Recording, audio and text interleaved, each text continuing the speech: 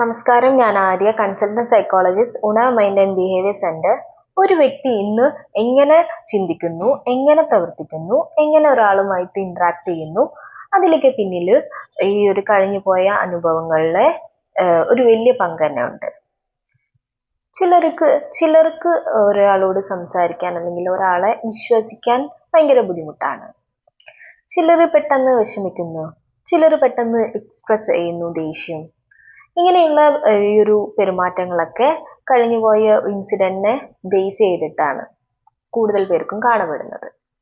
ഞാൻ ഇന്നത്തെ വീഡിയോയിൽ ചൈൽഡ്ഹുഡ് ട്രോമ എന്താണ്, ചൈൽഡ്ഹുഡ് ട്രോമ ലൈഫിനെ എങ്ങനെ എഫക്ട് ചെയ്യുന്നു, എങ്ങനെയാണ് ചൈൽഡ്ഹുഡ് ട്രോമാസ് റിലേഷൻഷിപ്പിനെ എഫക്ട് ചെയ്യുന്നത്, എങ്ങനെയാണ് ഡീൽ ചെയ്യുന്നതെന്ന് നമുക്ക് നോക്കാം.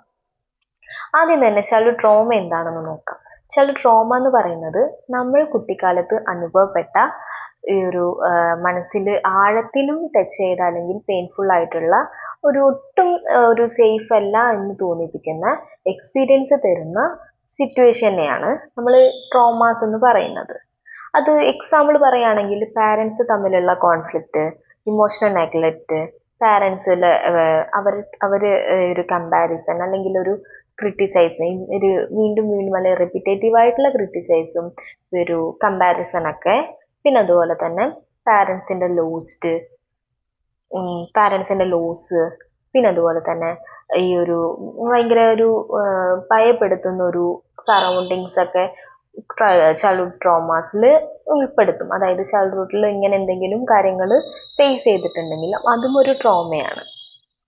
ഒരു കുട്ടി ഒട്ടും സേഫ് അല്ല എന്ന് തോന്നിപ്പിക്കുന്ന എക്സ്പീരിയൻസ് തരുന്ന ആ ഒരു സിറ്റുവേഷൻ നമ്മൾ ട്രോമാസ് എന്ന് പറയുന്നത്.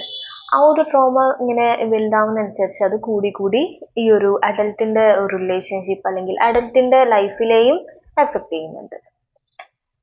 അതിൽ അഡൽട്ട് അവരുടെ അതായത് ചൈൽഡ്ഹുഡ് റിലേഷൻഷിപ്പ് അല്ലെങ്കിൽ അതായത് ചൈൽഡ്ഹുഡ് ട്രോമാസ് എങ്ങനെയാണ് ലൈഫിനെ എഫക്റ്റ് ചെയ്യുന്നത് നമുക്ക് നോക്കാം. അതിൽ പറയാനുള്ളൊരു കാര്യം, ആ കുട്ടിക്ക് സ്നേഹവും ഒരു കെയറും ഒരു സപ്പോർട്ടും എല്ലാം ലഭിക്കുന്നുണ്ട്. അപ്പോൾ ആ കുട്ടി സ്വാഭാവികമായിട്ട് വിചാരിക്കുന്ന ഒരു കാര്യം, അവർക്ക് എന്നോട് സ്നേഹമാണ്, എനിക്ക് അവർ വിശ്വാസമാണ് എന്നായിരിക്കും. അതേ ടൈമിൽ തന്നെ ആ കുട്ടിക്ക് റിജക്ഷൻ അല്ലെങ്കിൽ ഒരു ലോഡ്സ് ഓഫ് ക്രിട്ടിസൈസ് അല്ലെങ്കിൽ ഒരു റിജക്ഷൻ അല്ലാതെ പിന്നെ ഒറ്റപ്പെടൽ അങ്ങനെയൊക്കെ ഫീൽ ചെയ്യുമ്പോൾ ആ കുട്ടി വിചാരിക്കുന്ന ഒരു കാര്യം, ആർക്കും എന്നെ ഇഷ്ടമല്ല, എന്നെ എപ്പോഴും ഒഴിവാക്കുവാണ് എന്നൊക്കെയുള്ളൊരു തോട്ട് വരും. ആ ഒരു തോട്ട് നെഗറ്റീവ് ബിലീഫായിട്ട് ഫോം ചെയ്യും. ആ ഒരു ഫോം ചെയ്യുന്ന കാര്യം ഇങ്ങനെ കൂടി വരുമ്പോൾ അഡൽട്ടിൻ്റെ റിലേഷൻഷിപ്പിനെയും എഫക്റ്റ് ചെയ്യുന്നുണ്ട്. ഇവിടെ ഞാൻ ഈ ഒരു ചൈൽഡ്ഹുഡ് ട്രോമാസ് റിലേഷൻഷിപ്പിനെ എങ്ങനെ എഫക്റ്റ് ചെയ്യുന്നു എന്ന് പറയാം.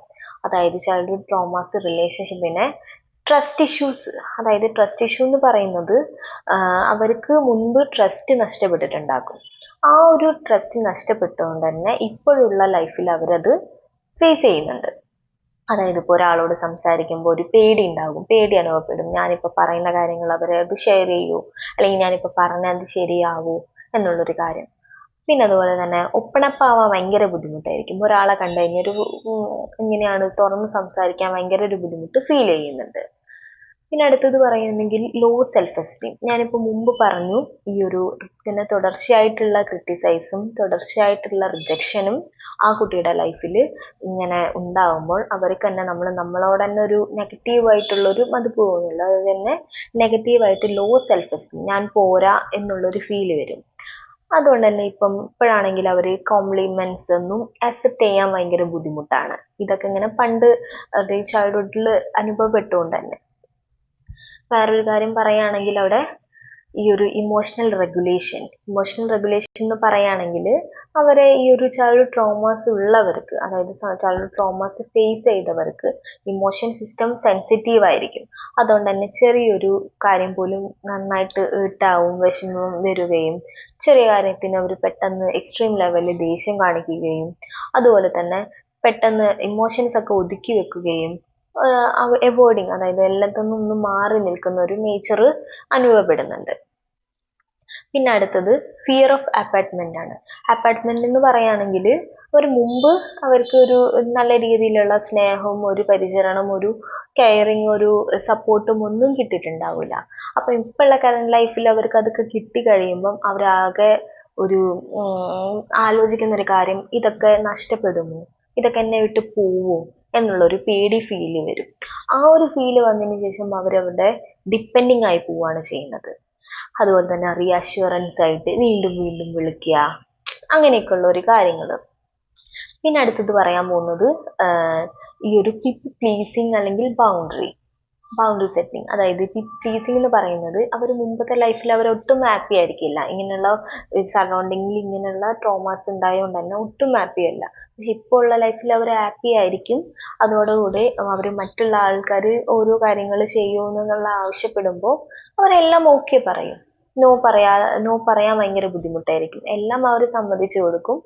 അതിൻ്റെ കൂടെ തന്നെ അവർ അവരുടെ കാര്യങ്ങൾ പോലും നോക്കൂല, പരിഗണിക്കാതെ അവർ ബാക്കിയുള്ളവർക്ക് വേണ്ടിയിട്ട് കാര്യങ്ങൾ ചെയ്തു കൊടുക്കുന്ന ഒരു രീതിയിലേക്ക് മാറും.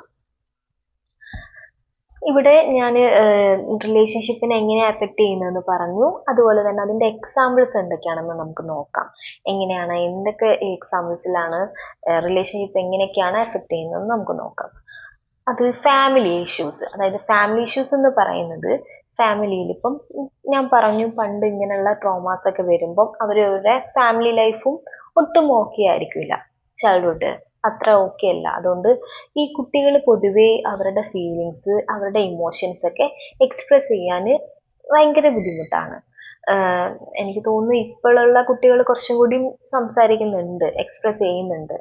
പക്ഷെ മുമ്പ് നോക്കുകയാണെങ്കിൽ, പണ്ട് എങ്ങനെയാണെന്ന് നോക്കുകയാണെങ്കിൽ എല്ലാം ഒതുക്കി വെക്കുകയാണ് ചെയ്യാറുള്ളത്. അതായത് എനിക്ക് ഫീൽ ചെയ്യുന്നുണ്ട്, എനിക്ക് വിഷമം തോന്നുന്നു, എനിക്ക് ഈ കാര്യത്തിനാണെന്നുള്ള അവർക്കത് റെക്കഗ്നൈസ് ചെയ്യാനും ബുദ്ധിമുട്ടാണ്, അവരത് എക്സ്പ്രസ് ചെയ്യാനും ഭയങ്കര ബുദ്ധിമുട്ടാണ്. അപ്പം അതുകൊണ്ട് തന്നെ അവരുടെ പ്രശ്നങ്ങൾ അവർ എക്സ്പ്രസ് ചെയ്തിട്ടില്ലായിരുന്നു. അപ്പം ആ കാര്യം അവർ ഇപ്പോഴുള്ള ലൈഫിൽ ഇപ്പോൾ ഒരു തുറന്ന് സംസാരിക്കാനും അവർ ഭയങ്കര ബുദ്ധിമുട്ടാണ്. അതായത് ഓപ്പൺ അപ്പ് ആവാൻ അവർക്ക് പറ്റുന്നില്ല.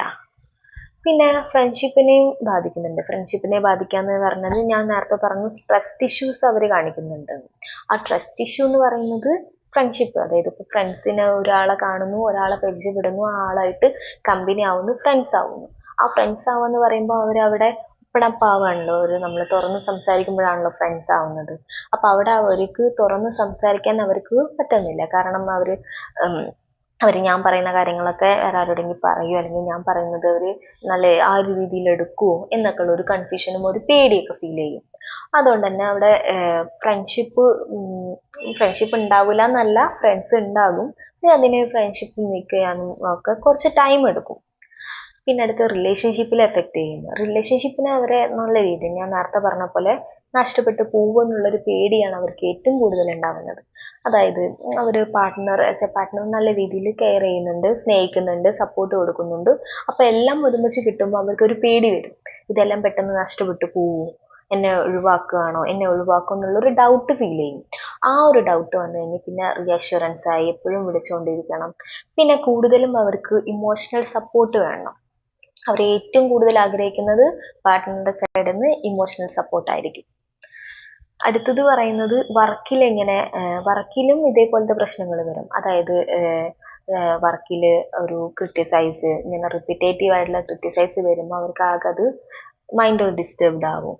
പിന്നെ അതുപോലെ തന്നെ പെട്ടെന്നത് പെട്ടെന്നത് ഹേർട്ടാവും അവർക്ക്. പിന്നെ അതോറിറ്റി അവരോട് ഒരു പേടി പോലെ തോന്നും.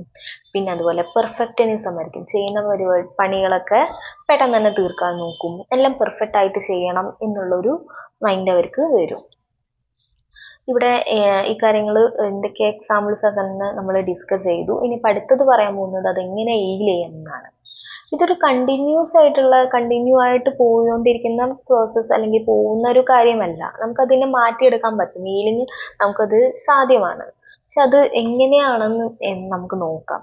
ആദ്യം മനസ്സിലാക്കേണ്ട ഒരു കാര്യം, ഇവിടെ പണ്ട് നടന്ന അനുഭവങ്ങൾ, അതായത് ഇങ്ങനെയുള്ള എക്സ്പീരിയൻസ് നമ്മൾ മനസ്സിലാക്കുക. എന്തൊക്കെ കാര്യങ്ങളാണെന്ന് മനസ്സിലാക്കിയിട്ട് ഇമോഷൻസിനെ നമ്മൾ ആക്സെപ്റ്റ് ചെയ്യാൻ പഠിക്കുക. ഈ ഇമോഷൻസ് ആണ് എന്ന് നമ്മൾ ആക്സെപ്റ്റ് ചെയ്യുക. അതുപോലെ തന്നെ സെൽഫ് കമ്പാഷൻ വളർത്താൻ നോക്കുക. പിന്നെ അതുപോലെ തന്നെ ഈ ഒരു ഹെൽത്തി ബൗണ്ടറീസ് കീപ്പ് ചെയ്യുക. പിന്നെ നമുക്ക് ആവശ്യമെങ്കിൽ നമ്മൾ കൗൺസിലിങ്ങും തെറാപ്പിയൊക്കെ എടുക്കുന്നത് നല്ലതാണ്. കാരണം ഇമോഷൻസ് ഒക്കെ കൺട്രോൾ ചെയ്യാൻ വേണ്ടിയിട്ട് തെറാപ്പി, കൗൺസിലിംഗ് ഒക്കെ ഹെൽപ്പ് ചെയ്യും. ഈ ഹീലിംഗ് എന്ന് പറയുന്നത് ഈ മനസ്സിലുള്ള കാര്യങ്ങൾ മറക്കാനല്ല. ഈ ഒരു മനസ്സിലുള്ളത് ഉള്ളിൽ തന്നെ ഉണ്ടാകും. എന്നാൽ പോലും ഇപ്പോഴുള്ള ലൈഫിനെ അത് നിയന്ത്രിക്കാതിരിക്കാൻ വേണ്ടിയിട്ടാണ് ഇതൊക്കെ നമ്മൾ ചെയ്യുന്നത്. പിന്നെ വേറൊരു കാര്യം, നമ്മൾ ഈ ഒരു കഴിഞ്ഞുപോയ ചൈൽഡ്ഹുഡ് കാര്യങ്ങൾ എല്ലാം നമ്മുടെ മനസ്സിലുണ്ടാകും. പക്ഷേ അത് ഫ്യൂച്ചറിലുള്ള കാര്യങ്ങൾക്ക് വേണ്ടിയിട്ട് അതൊരു എന്താ പറയാ, ഒരു ഡിസിഷൻ അല്ലെങ്കിൽ ഒരു തീരുമാനം എടുക്കേണ്ട ഒരു രീതിയിലേക്ക് ആവരുത്. പിന്നെ വേറൊരു കാര്യം പറയാനുള്ളത്, നമ്മൾ ആദ്യം ചെയ്യേണ്ടത് നമ്മുടെ പെയിൻഫുൾ ആയിട്ട് വേദനിപ്പിക്കുന്ന അനുഭവങ്ങളൊക്കെ ആ ഒരു കാര്യങ്ങളെ നമ്മൾ ഐഡന്റിഫൈ ചെയ്യുക, തിരിച്ചറിയുകയും നമ്മളെ തന്നെ മനസ്സിലാക്കുകയും ചെയ്തു കഴിഞ്ഞാൽ നമ്മളൊരു ഹെൽത്തി റിലേഷൻഷിപ്പ് ഫോം ചെയ്യാൻ ഹെൽപ്പ് ചെയ്യും. അതുപോലെ തന്നെ നമുക്ക് സാധ്യമാകും. Thank you.